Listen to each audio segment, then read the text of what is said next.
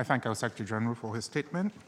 It is indeed my pleasure to now give the floor to the International Goodwill Ambassador of UNAIDS, Her Royal Highness, the Crown Princess Mette-Marit of Norway. Your Highness, you have the floor. President of the General Assembly, Secretary General, Excellencies, distinguished guests, members of civil society, ladies and gentlemen. Good morning. Thank you for inviting me here to speak today. It's a great honor. The event today is indeed very important, and it addresses issues that affect the daily life of millions of people all around the world. Ending AIDS is of fundamental importance if we are to safeguard human rights for all. For many people, it is a question of their basic right to life and right to live in dignity. Combating HIV/AIDS is vital to creating healthy societies that can grow and prosper. We need to finish the unfinished agenda for MDG 6, and we need to maintain a strong focus on health beyond 2015. As UNAIDS Goodwill Ambassador, I have been privileged to support the AIDS response on human rights issues for many years. It's been important for me to engage with young people affected by HIV, to listen to their experiences and support them in their work. I would like to advocate that young people should be better included in forming policies.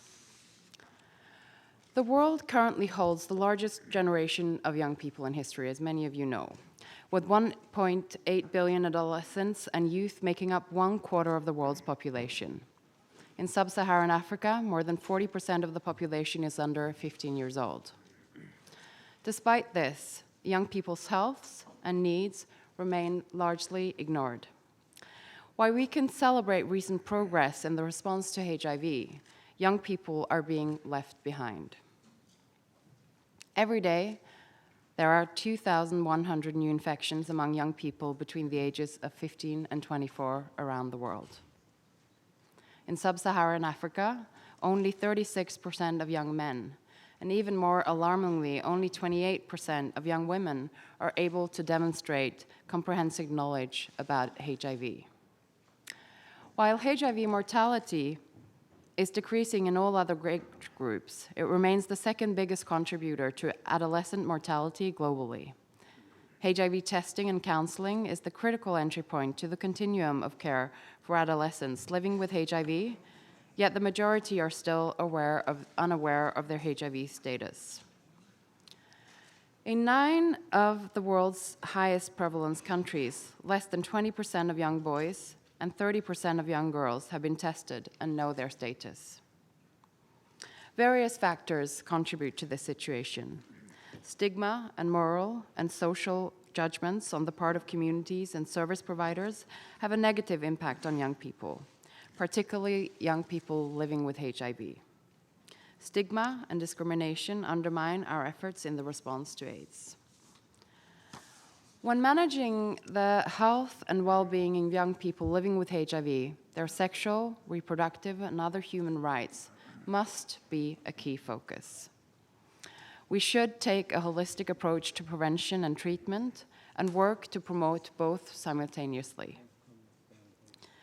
It is clear to me that we need to continue to invest in leadership of young people. Young people have in-depth knowledge of the challenges in their own communities and are often able to establish contact with those who are hardest to reach. In my own work, I focus particularly on empowering young people and supporting the development of leadership skills. And I am proud to say that over the past few years, we've seen an incredible expansion of the youth movement in the AIDS response. A strong international group of youth leaders have formed the Pact for Social Transformation, a coalition of 25 youth organizations working together, better organized than ever before. They are linking local and global level advocacy for treatment scale-up. They are addressing the legal barriers and policies that prevent young people from accessing services in many countries, and they are working to assure that there is a commitment to ending AIDS in the post-2015 era. The AIDS response is in many ways unique in that civil society movement to a large extent drives it. in the unprecedented resources it has mobilized, in the multi-sectoral partnerships between scientists, activists, communities, and the public and private sectors, in its effective advocacy for change in public policies, and most importantly, in the impact it's had on delivering health, welfare, and human dignity to millions of people. Activism has changed the way health services are delivered. It has shown that tackling the determinants of HIV, risk, poverty, and vulnerability is the key to healthier and more secure societies. Across the world, and in the case of high-burden epidemics in particular, we have seen a drop in the number of new HIV infection. This tells us that sustained evidence-informed prevention programs, which address the immediate as well as the social determinant of risk, are having an impact. Now, more than ever, no one should be left behind. We cannot afford to allow the global AIDS response to lose its momentum. We need to maintain a strong vision, to remain committed to our ideals, and be decisive in our actions. Ending the AIDS epidemic is possible in the post-2015 era, and it is indeed an issue of human rights.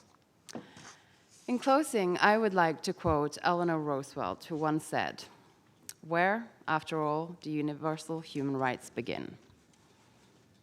In small places, close to home, so close and so small that they cannot be seen on any maps of the world.